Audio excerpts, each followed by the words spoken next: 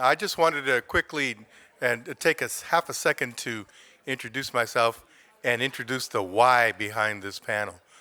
My name is Ricardo Sandoval Palos. I am the public editor at PBS, one of the very few remaining ombudsmen or public editors left in major media in the U.S.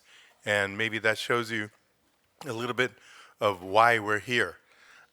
In my job, every day I field questions, concerns, and complaints from audiences across the public media spectrum in the PBS universe. And one of the reoccurring themes that I've been attacking this year is this losing of trust in institutions and losing of trust in major media, in even local media. We're seeing it all slide by the wayside now.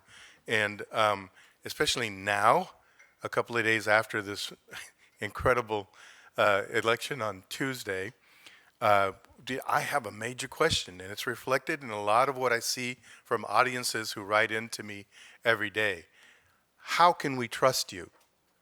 How can we trust you when you're delivering news and public affairs programming to us that doesn't show us, perhaps, where we live or what we're about? So I'm seeing a huge chasm out there across the landscape.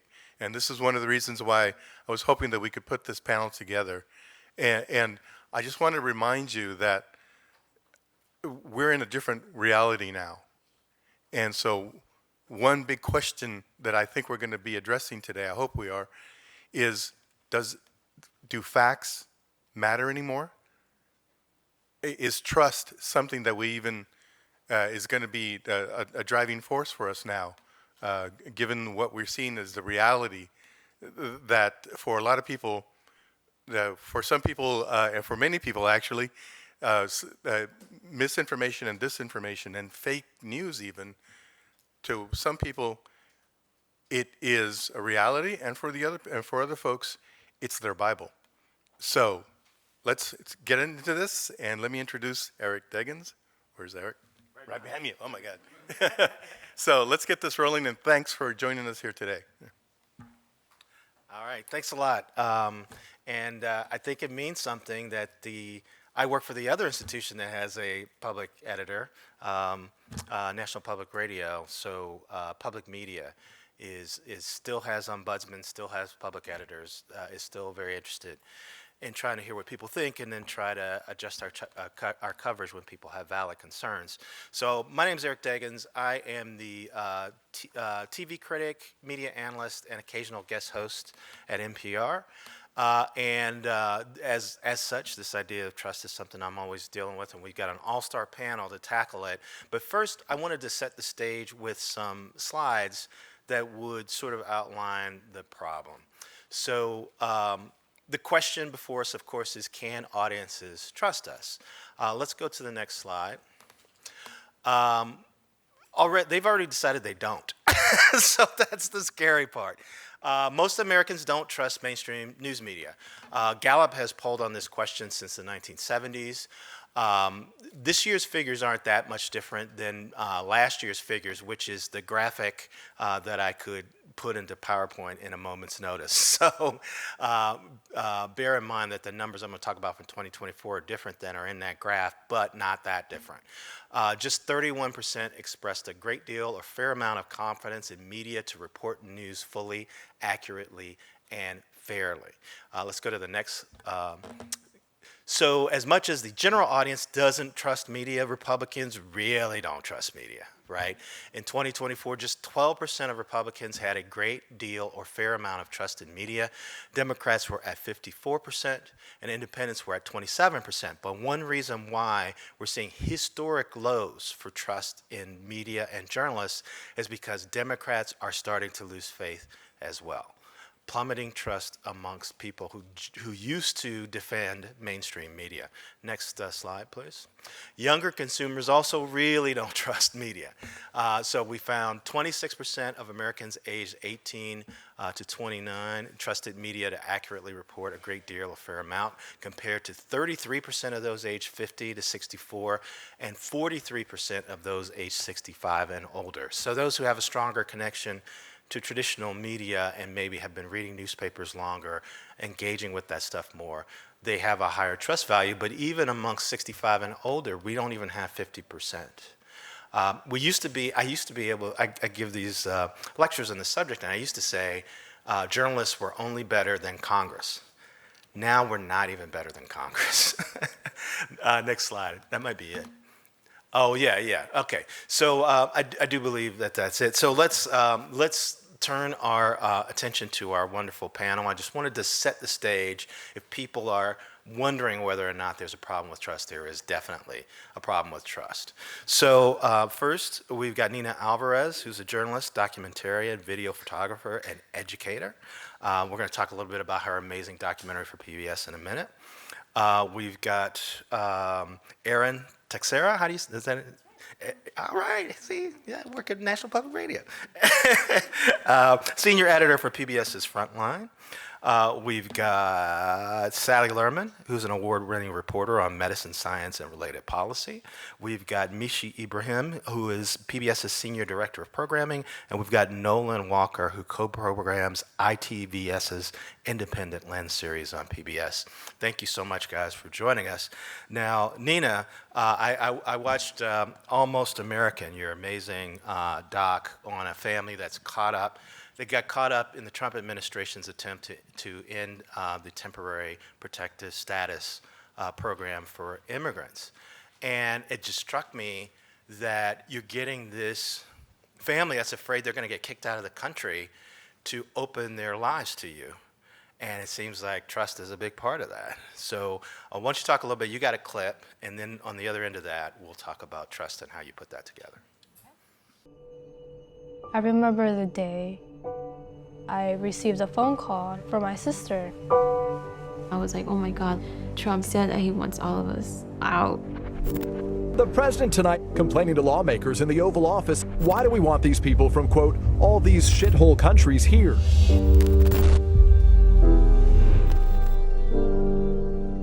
We didn't know any of the details about how these decisions were made. Alvarez. Good morning, Your Honor. Then this whole story came to light.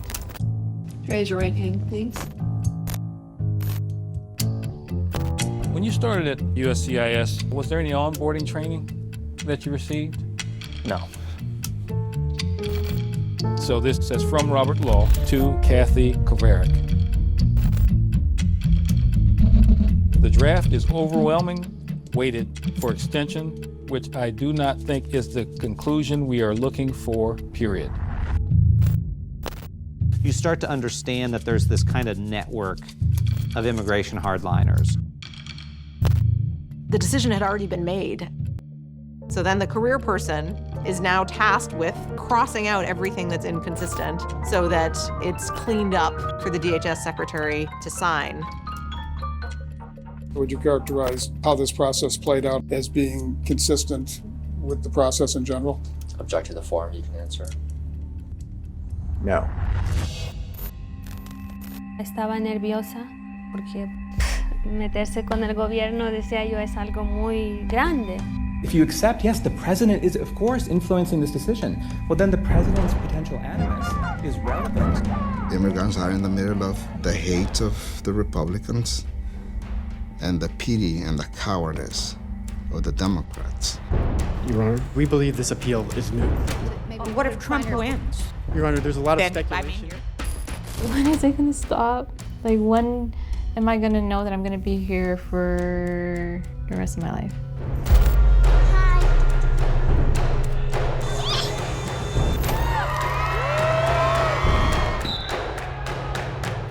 Nosotros tomamos más fuerza de hacer presión al Congreso que actúe, porque ya es hora.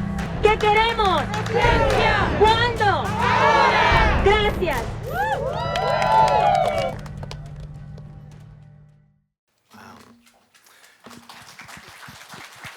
So, how did trust sort of come up as you were working on this?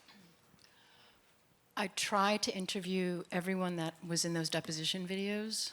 They all said no or ignored my request, just didn't get back to me. And the family was just as tough, but they did eventually cave. It took a few months. And I think part of it was the experience of the country where they were coming from El Salvador, where to challenge your government could lead to very bad things. And to be upfront and center publicly was even worse. It was a harder thing to expose themselves to. I had to go to great lengths to guarantee that I would not allow the government to subpoena my material. I got a lot of support from the Knight First Amendment Center, as well as the Reporters Committee for Freedom of the Press. Those were very important. That was really important support so that I could go back to the family and say, look, we're going to hold this story until until we get it out there. There's not going to be any video. We're not even going to fundraise publicly. We're not even going to have a fundraising page. ITVS agreed to not post on their website because it was really important to me for them to feel safe. And I think they eventually came to their own realization several months later. I think I first approached them in March and they agreed in September. And it was really once they had their first victory in court is when they started to feel like, okay, maybe there's something to this. Maybe there really is a possibility of challenging the government, and maybe we'll actually win. And maybe working with this journalist will help tell our story so that this doesn't repeat itself. I guarantee you the average person has no idea how much work you had to do just to get to the point where you could make a promise to that family that you knew you could keep. I wonder if that doesn't affect this trust situation. Sally, I'm going to direct a question to you, but I want you guys to all feel free to jump in if you have something.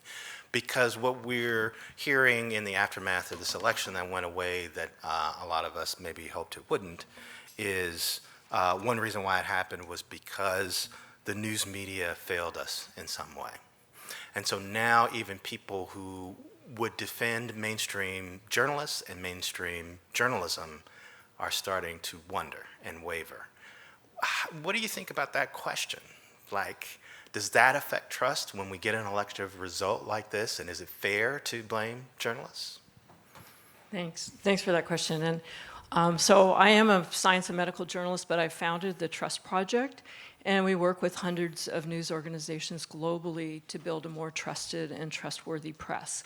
And we started about 10 years ago and worked with, went out and talked to people about what is it that you care about the news and how do you decide whether to trust it? And then we brought that back to senior news editors and worked with what we were learning from the public and married that with what are the fundamental values of journalism to try to come up with a way that news organizations can say, and kind of getting to your earlier point, this is the kind of work we do, this is how we do it. Here's how you know what is behind the news you see, the people and the policies. And so the question, like, did we just lose a lot of trust? I think we did. However, we already had lost it, I mean, as your slides show, but that second slide that you showed about this decline in trust over the years is really why I started the Trust Project. I thought, like, we're not going to be in existence if we let this continue, which it has. One of the more interesting things that I saw about kind of leading into the election is that only 26% of people said in this report by Northeastern University that was involved like 6 campuses, or researchers, only 26% of people said they relied on news when they were making their voter decision. And 29% of people said that they talked with their family and friends. So it was discussion among family and friends. So I think we can delve into that more, because what does that mean? Like, where did the family and friends get their information? To the question you're asking, so one, I think we already have a very low level of trust that we need to address, and some of that is by just continuing to tell people who we are, what we do, and get off the pedestal. And then, in terms of, did we go wrong? Yes, we went wrong, but maybe not in the ways that I think are popularly thought among journalists around what we did wrong with this election. So people did not trust us. There are other things, they did not feel that we were reflecting their values, perhaps, whichever values it was across the spectrum. And so they lost faith in, well, can I even assume that what I'm going to read in the press is what will help me make that voting decision. And now, of course, those concerns have been probably, they've been met. Like, okay, they didn't know, and look at the result. So I think there's a lot more to probe there, but I'll just start with that point. I think we can't, I'm not sure if this is on. Yes. We can't, I agree with all of that, and as you're talking, I'm thinking about social media and the very crowded landscape we're facing, just to get people's attention. What did you say, 20-30% of people get their news from the news and make their election decisions on the news, and then family and friends, and then and social media was 12%. It's got to be social media. Yeah, I mean, it's Yeah. such a crowded conversation. We don't dominate the way we used to, and I don't think we've adjusted to that. I just wanted to chime in to that. So, I want to direct a question to you. So I'm glad you picked up that mic, because Frontline and the NewsHour seem to be sort of citadels for that. We find the facts and we present them to the audience, and then the audience decides. But for some reason, that process seems to have broken down. And we had the question floated when we started this. Is just reporting the facts enough? Is a fact a fact? What do you do with that when you can't even agree on what a fact is? Well, I want to say that, like NewsHour, they do their traditional broadcast, but they're also on TikTok. They're also on Instagram. They're also on YouTube. And they're reaching that audience where there's a lot of misinformation. Mm-hmm. And so I think having these trusted facts, facts out to that younger audience is really important. And so I'm a big believer in we need to go where the audiences are. And right now, they're on TikTok. They're on social media. They're on Instagram. So I think that's really important. Another thing I'll say, of course, there are studies out there, but PBS also does its own sort of look at trust. And for 21 years, we've been rated #1 in trust. And so we do rely on that as like our trusted, in-depth information, our fact-based programming. And that is so important to us. And I really feel like now is the time, it's always been the time to dive deep into all of that and to stay true to who we are as an organization. And so, like, your program, Nina, you must have spent years trying to get 5 years, goodness, to try and gain the trust of people. And that's what PBS does and our documentaries do. Erin can talk about how long Frontline works on their projects. They work really, really long, and they gain the trust of the people they're interviewing. But when you're in an environment where if you report that Joe Biden won the 2020 election, there's a huge chunk of people who don't trust you anymore. Or you elevate a black man and a non-white woman to be the anchors that replace, Judy Woodruff or succeed Judy Woodruff. There's another segment of your audience that suddenly says, well, now they're liberals. Now they're, DEI. How do you deal with an environment where when you stick to your values as a news organization, there are people who don't trust those actions? Well, we can't solve all the trust factors out there. What we have to do is report the facts. And I'm a big believer that there are things such as real facts, and we need to stick with those. And that's sort of, I believe, the way that we need to deal with those questions. But I think the question that is hard for us to deal with is if you stick with those real facts and the people still don't believe you, what do you do?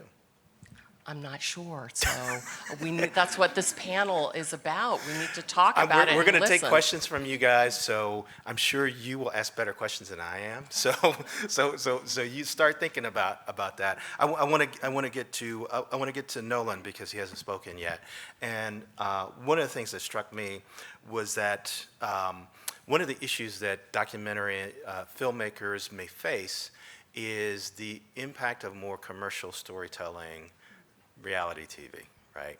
And I'm wondering, how do you negotiate that, the idea of trust, when there's some techniques and some types of nonfiction storytelling that might not be completely ethical, and there's pressure to maybe use them to save time or for storytelling or whatever. Do you ever confront that? Yeah, we do, actually. And we're not a news organization. We are a co-producer and distributor of documentary films. Our films go to Frontline. They go to American Masters, American Experience, POV, and our own series, Independent Lens, here at ITVS.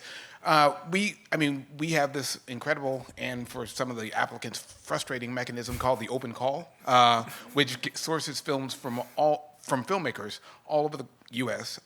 We have twice a year, and from probably 300 to 400 applications around, we get 12 films, total for the year. So maybe out of 600 films, we'll pick 12 to 18 films a year.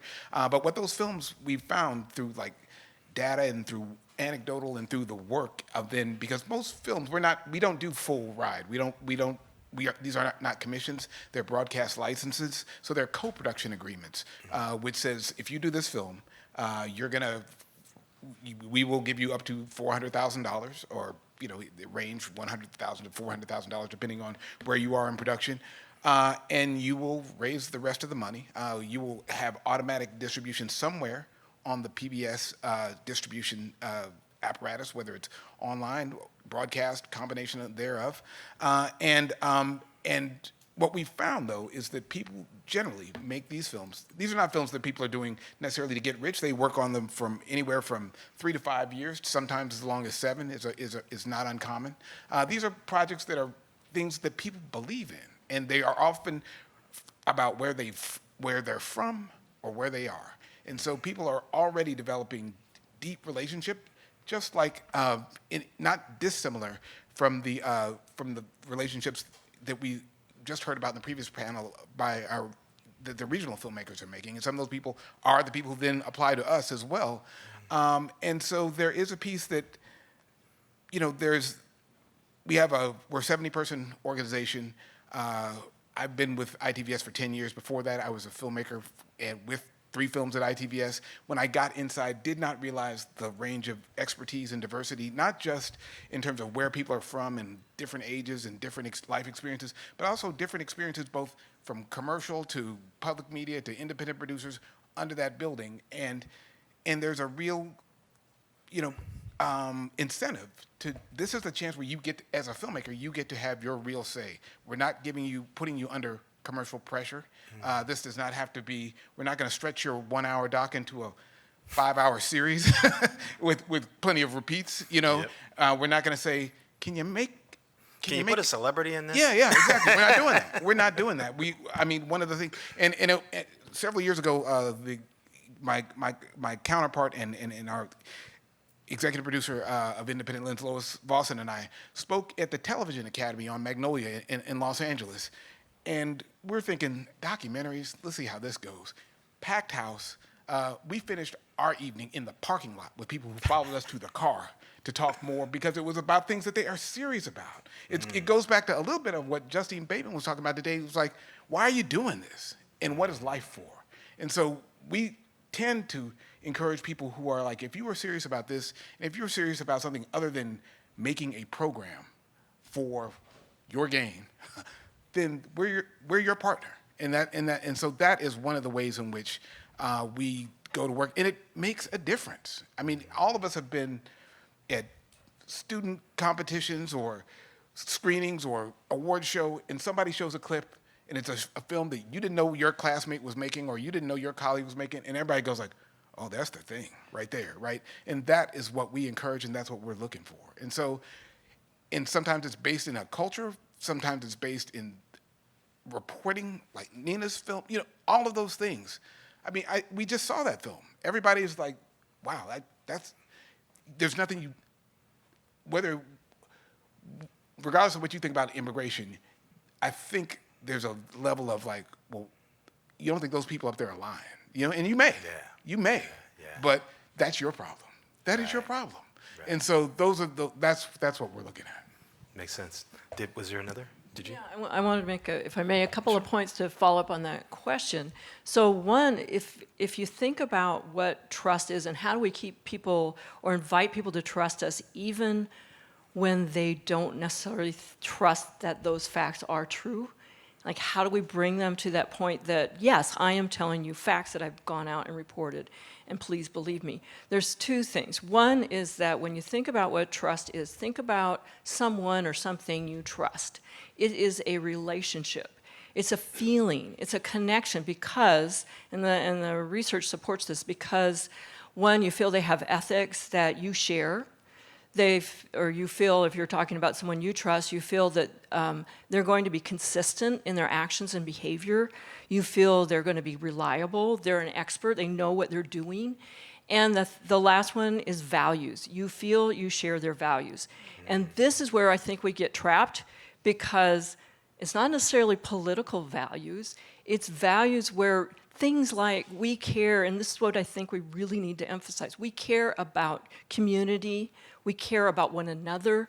We care about helping each one of us, no matter who you are or your political persuasions. We want to help you live a better life and make better decisions about your community and your country, all of our community. So it's about bringing together and communicating that. And this is what we do through, we have 8 trust indicators. And so that's part of what all of this is meant to communicate, but and Frontline is a partner. Mm-hmm. So it's that, and you have to do that through everything you do, from the reporter to what you put on your pages and in your film.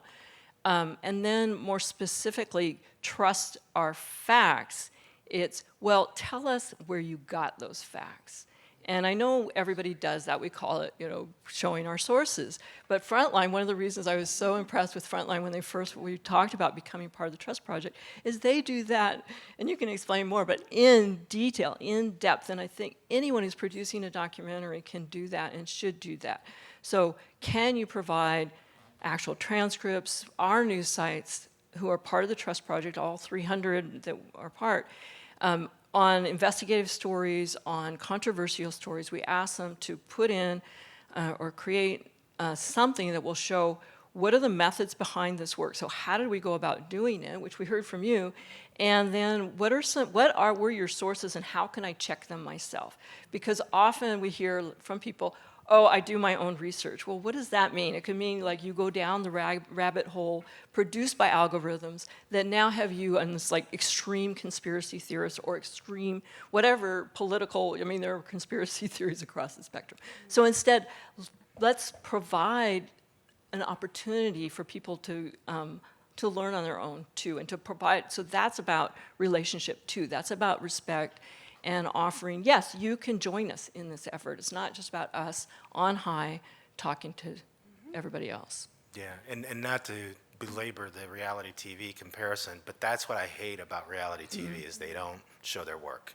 They show you things and you have no idea where they got it from or how they did it. I want to go to Erin and then I'll get you. Please. And I wanted to ask you whether you saw any sort of erosion in trust in what Frontline does, because you guys are considered kind of the gold standard of TV investigative reporting. Sure, we're in the same media landscape with everyone else, and we worry and we work at it, and we do see, we're afraid for the same reasons everyone else is. In response to that, one of the things we did several years ago was to start the Transparency Project, which is to put many of the raw interviews with our sources online in full, very lightly edited. If you have 2 hours to watch the secretary of whatever talk at length, and you can make your own decisions. Did we edit that responsibly? You can see what came before the quote, what came after the quote. You can watch the whole thing. I know people who actually do. So that's one thing and it's not without work on our part, right? We're going through. We don't quote anyone saying anything untrue, and so we're going to go through that whole interview, making sure that the statements that we're putting on our channel are true. The second thing I would say when you talk about community and values is we can't separate any of this from the erosion in local news. It's just been a precipitous drop over the last 20 years. It is terrifying if you think about it, and it is so important to build trust, to know the newsroom and to know the people in the newsroom, to see them in your communities and in your churches and in your schools. And when there's this growing gap between the reporter, producer, editor, and the communities about which we're writing and broadcasting, it is just an uphill battle. And so what I do at Frontline is run, in addition to working on films, I run our local initiative, in which we partner with local newsrooms around the country to help them execute deep investigative work that they might not otherwise have a chance to do. And the underlying mission, I can talk a lot more about that if you'd like, but the underlying mission there is to help these newsrooms execute the stories that data have shown are what their communities want, that they can't get from the AP, they can't get from social media, the deep stories, right? The corruption, what's happening in the school board, why did this or that happen to the water system. It takes time, it takes money, it takes investment, and so we come at Frontline with money and time and editorial support and help them execute from an inception of an idea all the way to publication.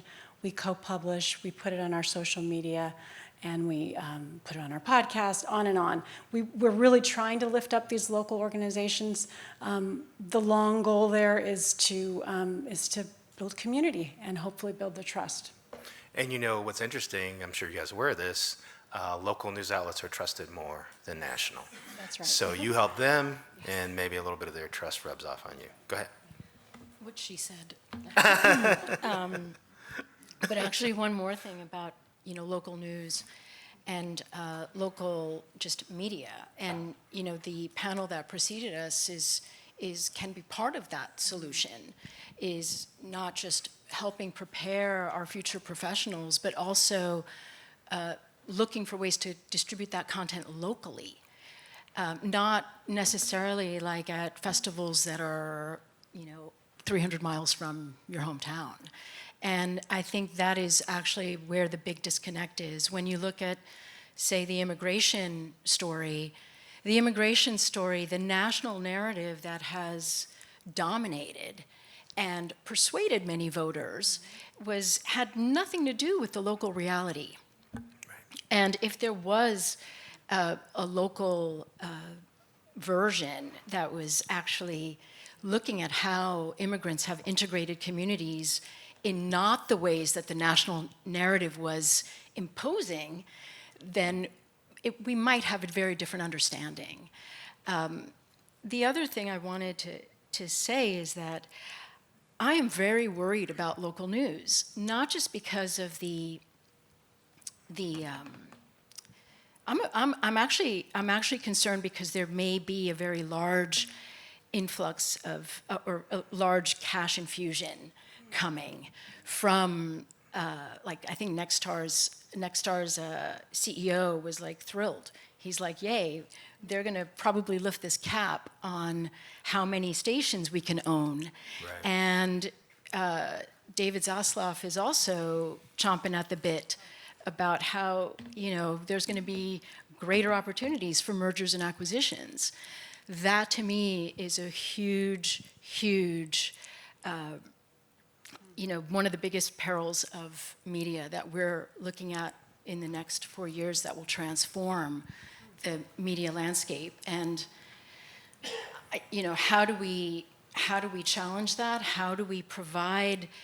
And I don't want to call it an alternative because it shouldn't be an alternative. It should just actually be a formidable challenge to what they are going to be imposing on the rest of us. If people remember that whole Sinclair, scripted diatribe about fake news, well, there's probably going to be more of that, and there's probably going to be particular conservative narratives that will be the daily diet of local news if these dreams come true for like Nexstar and huge media ownership conglomerates. Yeah, and the real concern is that these conglomerates see these local news outlets as sort of cash infusion. Yes. When there's particularly during an election year, they're making tons of money that they are not reinvesting in the newsroom, and so they'll increase their ownership of stations. They're not interested but in they investigative stories. They won't necessarily they're boost their coverage or exactly. So I was just going to say, I would love to see news operations in every single station that PBS is, the members, the stations that are out there. There are 350. But even when there aren't news operations, there are, stations are conveners of conversations. They show films. They, have art going on, and they're connectors in their communities. And I think we can't lose sight of that even though we are facing dire situations with our newsrooms, we also have these stations out there that are trying to get trusted information out to their community. On the panel that I was on this morning, there was a simple concept brought up, which was sort of why. So I neglected to ask that question, and I'm going to present it as a jump ball. Any one of you can take it. But we've seen trust scores declining in poll after poll, year after year. We rebounded a little bit a few years ago and then just went straight back down. Why is this happening?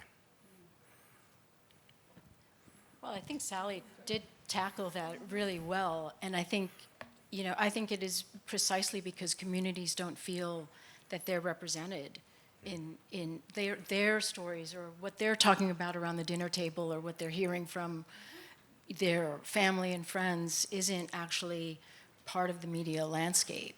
They're getting whatever, the mainstream or lamestream media is putting out there that doesn't speak to them. It doesn't represent them. And I think that's where, I think that in the Latinx community or the Hispanic community or the Spanish-speaking community, the fact that there has been so little resources invested into actual original reporting on those communities at a local level has really left them to look at these narratives that are scary and doomsday and tells them that they are at risk too if we allow more people like them into this country, or we, go to the left. And we also have to consider that, for example, in the Latinx community or the immigrant community, many are coming from places where there is not a tradition of a free press. Yeah. And so they will rely on what political leaders will pontificate about and accept it as the truth. And that's a culture that that they're bringing with them too. And we have a leader who we weren't talking about fake news a decade ago, right? It's a new, not a new idea, but it's a new term, very much in the common parlance. It just wasn't there. And so if you have, looking to our leaders, I think that's, to answer your question to me, why has many answers, and that's one of them, is we have a leadership, a message from leadership that's really fed into this perfect storm of erosion of news, loss of community, and all these things. Yeah, I agree with both of you. And I do feel we need to pay attention to the deliberate attacks on the news. We know that, of course. But it's coming from leadership, it's political leadership, it was coming from actual planted disinformation from foreign actors. Like that is not a huge input, but it is a huge output, because then it gets pushed out through all these channels and turns into misinformation and rumor. And then people sit at their kitchen tables and are thinking, this isn't what I've been hearing, this isn't my lived experience, so it must be the elite media sort of feeding me this. And even though we think that local news is trusted, it is, but the trust is declining. And I talk with, mostly I hear it from news editors, but that they are getting phone calls. Reporters are getting attacked on the street. So it's often, it's a real challenge we need to address. And I love the idea that television stations are making this effort to bring people in. Public radio is so good at it. And we all need to learn from that, because it's making ourselves human. It's also about listening. It is about listening, as we heard in the earlier panel. Let us be sure and listen to our audiences. What do they care about? What are they looking for? How do we meet their needs? And how do we make sure they know we're listening? And that's also a trust indicator. We call it actionable feedback. So not just pushing the news out there and expecting people to, absorb it, but making corrections when we're wrong and listening to them. I do think we're caught in this weird feedback loop where people look at a result, the election of Trump, and they say, well, this happened because the news media wasn't good enough at telling people who he was. And I'm like, of course you can quibble with this and that, but come on. I've been reporting on this guy for 10, 15 years. That doesn't seem to be the whole story, but that affects the trust situation. Go ahead. I think it's also the way that, and we use the word consume, the way that people consume media and news. People do it on their phones. They do it in their earbuds. People aren't doing it together, even in families. And so that's across generations. And so the adults don't have an idea what the kids are listening to, and the kids don't have an idea what the adults think about anything, and all those things. Mm-hmm. And so we are individuated in a way that allows everybody to exist in their own reality that much more. Yeah, I believe the industry term is fragmentation. Did you have something? Yeah, so I'm also full-time faculty at the Columbia Journalism School, and my students covered the election night, and many are from other places, and I have a Palestinian student who covered a MAGA event. And did she have a bodyguard? She was terrified. Oh, did she have a bodyguard? Well, she was terrified, but I was really proud of her because she came back to class, and we had we kind of didn't really have class on Wednesday. We just had a therapy session, and we had and she shared that she had met someone who was a really nice person, and she accepted a cup of tea from her, and that she had really focused on okay, just be professional, just don't show your heart on your sleeve, don't wear your heart on your sleeve, just try to listen. And she came back, and it was sort of like she had just realized that they're human beings too. Right. And we also have this, we as the media also have to acknowledge that we prefer to tell victim stories. And I really did try for my film to try to get the perspective of people that were involved in making these decisions that were changing people's lives, in many cases ruining them. But in that situation, we're always talking about, and I hate this term, which is to humanize people or give voice. Why do you hate that term? I just think it's like they're just human. I'm not going to make them human. They're already human. It's sort of a patronizing. But there is a power to having the camera with you through a piece that makes the viewer understand that and relate to you in a way that but doesn't happen if you're But that's actually the power of the person and how they come through. It's not your doing. it's you deciding where you're going to point the camera. I'll quote David Simon, you know, who said that if the camera spends enough time with a character, it doesn't matter how terrible that character is, the audience will sympathize with them. Well, that's possible, but I also think that we actually do, you know, we also, and it's not about both sides. It's not about that. I just think it makes our reporting better and our stories better when you have some tension in them. Like, it's just more dramatic, to be honest, if you're thinking just strictly storytelling. But I did think, like, you know, we have students that come to Columbia J School with a social justice mission, you know, and I applaud that. I believe it's important, but I also think that they also, it kind of blinds them to other perspectives and possibilities, or at least ways to question or even strengthen their stories or strengthen the position they're putting out there by being fully aware of what the other positions are. And I think that maybe we haven't done that good a job at that part. Yeah. I mean, I love using the word humanize to talk about that, but we're going to take questions from the audience now. So, yes. So, thank you for this panel. It's amazing. I'm with you on we don't need to humanize folks, but that's a longer discussion. They're already humanized. So I've worked a lot in documentary and impact, and understand the issues, particularly with PBS, around we don't call it impact, we call it outreach and engagement. We totally get that. We're engaging audiences. We're not trying to put forward a political agenda. You know, in the world of documentary impact campaigns, there was always a kind of conflict and like frisson between social action and journalism. And this festival or this symposium is really documentary and journalism intersecting. And this conversation, and I know Diana, the founder, is so conscious about, like, we don't take a stand, we are journalists.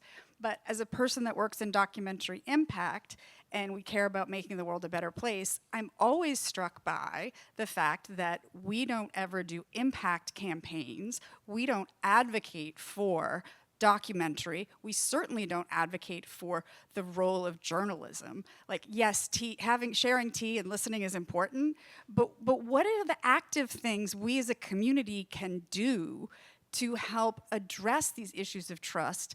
Yes, at a human level, I'm totally with that, but just at a messaging level, at a campaigning level, because God knows the other side is doing that. So what can we do? Sally? It sounds like that's right up there. There's a lot we can do, and of course that's what the Trust Project is all about. And what we do is think of it as a structural thing. So can all news organizations be far more transparent about who and what's behind the news? What are our standards? How do we separate funders? This was a big one. People ask us, well, journalists aim to be impartial, but everyone's got an agenda, so what's yours? So can every documentary producer, every news organization be very clear about the separation between your funding sources and the news gathering operation? And if there isn't a clear separation, if yes, you're only getting this money because you went to somebody who cared about that issue, then let's be clear about that. Explaining your ethics, explaining who the people are behind that process, the journalists, separating opinion from news and being super clear about when they're blending. And in a documentary, starting with if you have fact-based reporting, separate that from the opinion, separate that from the analysis, and let people know each step of the way. As I said, providing details about your sources and your methods. Diverse voices was a huge one we heard from people. So people look to news, to documentaries to help them see not only themselves, but people who unlike them. So they really do understand us in our research as a public square. So can we provide that for them? So that's like the foundation. Can we provide this transparency? And then it's about communicating that over and over in different ways. And our best, like our most active news sites are out there saying, hey, look at our transparency. You can come look at the transcripts. Or We care about what you think. Come and talk about this news story together. We want our community to be better. So thinking across all of our 8 trust indicators, how can you communicate each piece of that actively and not just expect people to know who we are and what we do. We do so much, we do way too much of that. Did you have something, Nolan? No, I was just nodding, and we just finished up an 8-month agreement back and forth between ITBS and Major League Baseball about a film about somebody in the minor leagues who it turns into a bit of a labor story, and so Major League Baseball was fine with it, but they were their language would not comport with PBS's language, and so we had many back and forths with Talia and over the course of months, and so I was. One of the things that is a challenge for a lot of our independent filmmakers is that when they deliver, and we work on this before they deliver, but to have the accountability for all of their funders. Like if you did a Kickstarter campaign, you have to account whether it's 50 or 500 funders. You have to account for all of those, and some of those funders can disqualify you from being broadcast on public media. And so those pieces, and those are issues that we publish as well. And so that's part of the work that we go to. Awesome. We had another one? Yes. I really appreciate this conversation. Nina, when you were talking about mergers and acquisitions, it reminded me that my perception of why trust has been eroded within both national and maybe even local journalism is capitalism. Because the impression that I have is that certainly the folks who own NBC and all of its affiliates and, the major news outlets, they're more concerned about ratings so that they make money than they are about reporting in a way that not only depicts the stories that matter to the folks that live in this country, and I don't care who you are, I don't care if you're an immigrant, I don't care if you live in a gated neighborhood, whoever it is, that the stories do not reflect who we are. That's number one. But the other thing is that it seems to me that if there is, I guess it's related to what you were also saying, Nina, about humanization, right?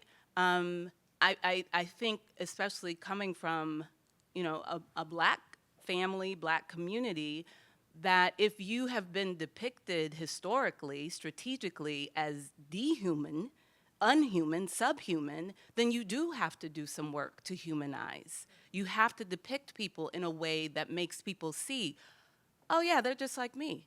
Because otherwise, these tropes about people that don't look like you or me, they continue.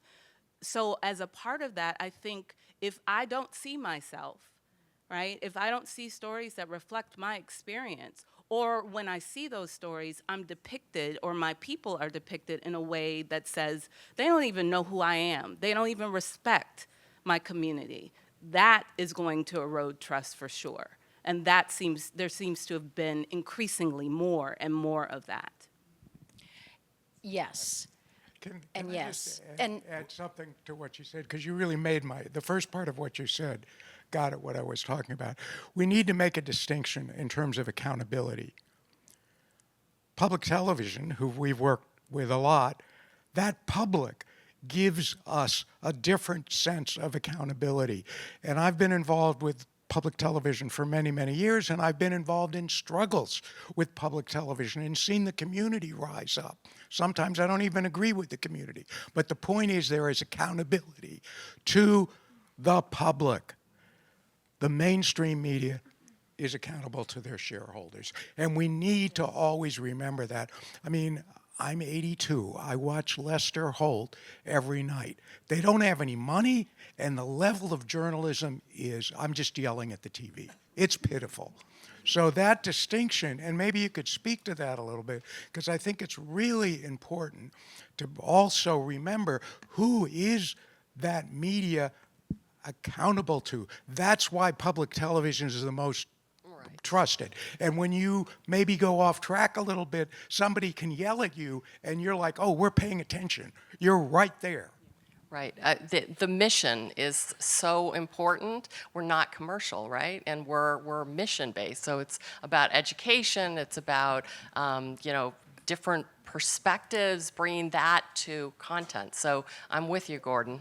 No, I have to say, when I first started working at ITVS, I was like, oh my God, this is like working for the bus company, or for the subway. Like, we work at BART and Muni, because people will yell at you, in a way that they're not yelling at so-and-so at Netflix, you know what I mean? And it is, again, relationship. It is The difference is that Netflix ignores them. That's true too. No, they're too scared. Trust me, people are not yelling at that. I hear your first and second comment, but tell me your name. Natalie. So when I made a cut of this film, and this is like all kind of stays in this room, but it, and I have to say, I mean, I love PBS. They've been a big supporter. Almost all my work has been on PBS, but there are struggles there too. And in terms of the story choices and the who gets to tell them, and how much money we get to tell them, and so those are also, parts of the equation. I showed a cut of this film because I kept hearing, we just care about the family. We don't care about the politics. We care about the family. We don't care about the politics. Focus on the family because they're so lovely and they're fighters and they're so heroic. And to me, that's like such a common trope, and it's an easy trope, and honestly, it's a trope that PBS loves. And a harder trope is, or a harder story is like, who are they up against? Immigrants are always up against somebody anonymous, some giant something, a bad company, but there were people on the other side of this. And maybe I was humanizing them too by putting their perspectives, and the only perspective I could get was via deposition. But when I showed this film at City College, and it was all brown people, all brown students, children of immigrants, or just people from Harlem and the surrounding area, they looked at the first version of this film and they said, why do we always have to be perfect? Why can't we tell the story about like what those other people are doing?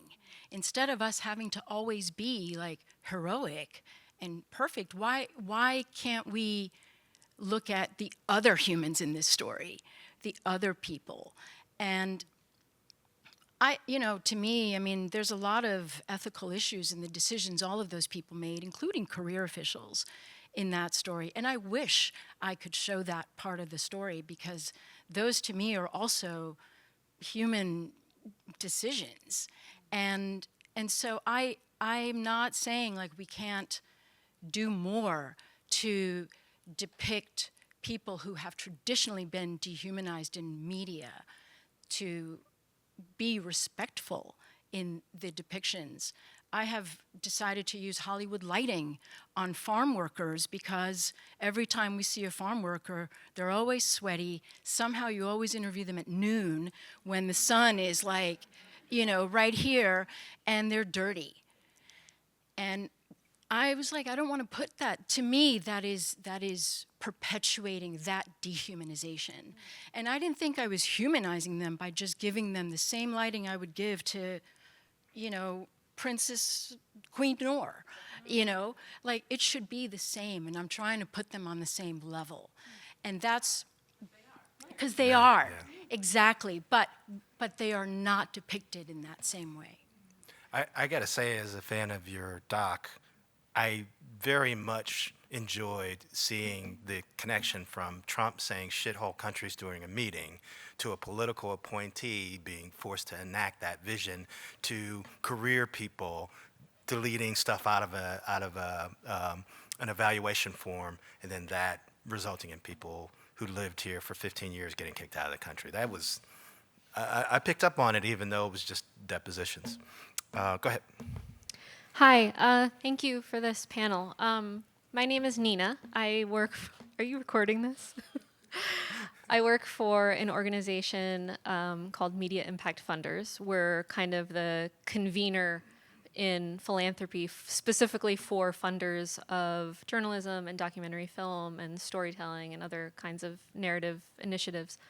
And my question is, of course, about funding. And so when we talk about the local news crisis, until local news organizations and local media organizations can figure out what the successful revenue model is, because the revenue model has collapsed, philanthropy will have to step up to support these entities, and they have in many ways. But in our research, we found that a large percentage of dollars flowing into local regions are actually from national foundations. And so one thing I would say right now that everybody can do is to try to activate local philanthropy. It is so important to ignite that action on the local level, but the issue is I don't want to say it's an issue, just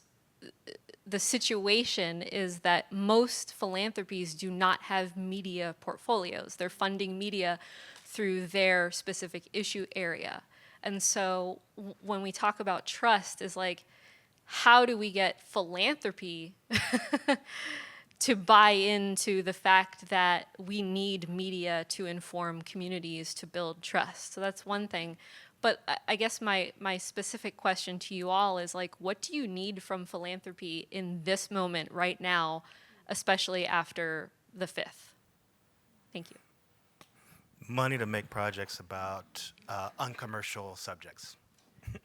If I may take the first one, I'm sure everybody has views on the second. The first one about what I think when I look, so I think about this every day, of course, because I'm the Trust Project, or not I am, but I represent hundreds of news organizations that are trying to build trust. And it's, when I look at the funding landscape, what I see are funders that want to fund films or news in a certain area, which is very great. But what about the infrastructure? And what about, for us, the infrastructure of trust? And that's a little bit of a hard sell, honestly. As important as we all have been talking about it being, it's, well, there are other things, other kinds of infrastructure that funders are interested in. So what I am trying to do is help people see, help funders see the connection between democracy and the democracy that they want to support, and community, whatever way they want to improve their community at the local level all the way up to the national, and this important bedrock of accurate information, which fuels people's awareness and willingness to engage with democracy and feel that they can do things like your documentary subjects actually did.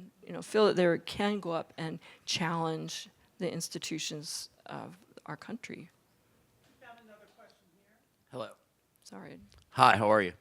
Yeah. Thanks for taking the time to talk to us. I hear a lot of vague ambiguities here. The topic is trust, right? I mean, isn't that what the motto of a lot of these organizations are? The most trusted name in news, things like that, right? So I'd take it even further, and I'd say the audience, they don't just not trust us, they're angry at us.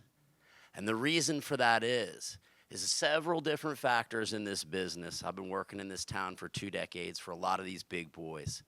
It's the burying of stories, all right? It is hiring active contributors who are part of active investigations, right? These are 6-figure part-time jobs. Now there's also things you can go even further to say, like big-time reporters who are related to people in active administrations in more than one way. So nepotism is a huge problem in this business. What type of journalistic standards can we adopt so the audience begins to trust us again?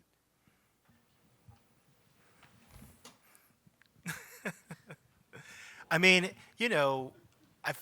some of the stuff you're talking about is already like obvious ethical issues, and the problem is getting leaders to put their foot down and not do it. Are you talking about the thing that happened at CNN with Chris Cuomo? Yeah. So So Chris Cuomo and Don Lemon are talking about the pandemic at a time when Chris Cuomo's brother is the governor of New York, and there's all these allegations he's not handling the pandemic well. Why did Jeff Zucker let them do that? I think part of what we have to do is constantly go at these news owners and controllers and tell them that they are tanking our trust with that kind of stuff. With Jeff Bezos, publishing this effusive note to Trump, just a couple of weeks after he killed an endorsement of Kamala Harris from the Washington Post, and they lost 250,000 subscriptions. It's like, what can any of us at our level do about something like that? Part of what we have to do is make sure that we follow our P's and Q's, so that if they do something like that, you can do what folks at the Washington Post are doing, which is, our work is great, our owner messed up, don't punish us for what our owner did. But part of it is creating that pressure, so it's harder for these bigwigs to make these choices. I'm only answering because I see some hesitancy over here. But I wonder if philanthropy, yeah. Yeah. Let's get two more. Could philanthropy be an answer, though? Yeah, philanthropy might be a good answer to that too. Although I think NPR has experienced its own problems with people questioning whether they trust us. And what I tell people in the courses that I teach is that you have to look at where an organization gets their money to understand where their allegiances might be. So it helps that public media gets this money from the public, but we also get it from donors. And those donors may have a bigger say than the public does. So I think there's another deep problem here, and not only are we having trouble reaching people and getting their trust, but there are a lot of people out there who have turned over their trust mechanism to somebody else. They're not even making those decisions. People would rather not make decisions as much as they can because it's easier that way. So if a certain candidate or a person with a certain position extrapolates further information, or whether it's true or not, they're going to trust that person. So that's a second tier of trying to reach these people, and that I think I'd like to know what you think. So we're siloed, is what you're saying. And how do we get out of our silos? That is tough. I think people have to be responsible consumers of news, and it takes a little bit of effort. Again, I'm big into go where the audiences are, so going with like NewsHour content or Frontline is on YouTube. We haven't even talked about that. The fact that most folks consume Frontline on YouTube, that's amazing. And so a whole new audience and a whole new generation of my daughter was in college. She is in college. And she was telling me, Mom, I tripped across this show. It had PBS on it. And I'm trying to, find out more about the election. I just learned about all this stuff from about Trump and Kamala Harris, and it's amazing. And she was rattling it off. And she's like, I think it's called The Choice. I'm like, wow. How did she trip? And that's awesome. But you know what? How did she trip on it? She was on YouTube and she was searching, and so she searched for Trump bio, and there it came. So we have to be where the audiences are, whether that's on TikTok, YouTube, wherever. That's awesome. But what worries me about that is that Frontline's brand is somewhat divorced from that experience. And yes, that troubles me also. And the consumer doesn't say, "Oh, Frontline taught me this." The consumer says, "YouTube taught me this." Well, yes, but they see the PBS logo on there, and they're like, "Hopefully, yes." And she's like, "Oh, I used to like those kids shows. Oh, and I think my mom works there." So we got one more, don't we? We got one more. I just wanted to ask if you could touch a little bit more on the balance that you have to have between protecting sensitive sources for these really powerful stories and the need for the public to know that story that you're telling. And I think the film that Nina produced, is a great example, because that family needed 5 years of persuasion to be okay to do the piece, and they certainly could face reprisals for being in it. So I just wanted to know if you could. Well, it didn't take 5 years to convince them. They let me follow them around for 5 years. It took about 6 months to convince them, but because I had prepared other well, you can't guarantee anything 100%, but I did my best. You know, I think that's a really important question, and people do need to understand what we do. One thing that was so crazy to me was all that brouhaha over the Kamala Harris interview on 60 Minutes, and like the edit, like the soundbite was different from the soundbite earlier in the day on, you know, the morning show and Face the Nation, and it was like, and I actually had a media person ask me, interview me, and say, didn't they do something so wrong? And I was like, are you kidding me? You are going to edit this interview, right? Because I'm going to be rambling, and you need to make this understandable for the audience, and it needs to be clear and as succinct as possible, because your story is going to be about 1.5 minutes, and I've been talking now for 5.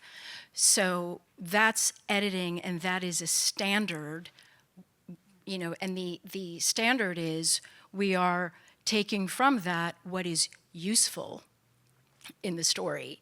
And I think I was shocked that that it became like this massive news item, because people don't know, like, do they actually think that the piece, like, You know, the I will B-roll tell and all you- of that is live? I will tell you that Like, at maybe we need to do a better job of explaining. I think to your point, I will tell you that at Yeah, for NPR we sensitive- have yeah. different rules for editing the president and notable figures for exactly that reason. We are way over time, so I'm gonna have to shut this down. But everybody, I want to thank Sally, Noland, Mishi, Nina, Erin. Thank you guys so much. Really appreciate it.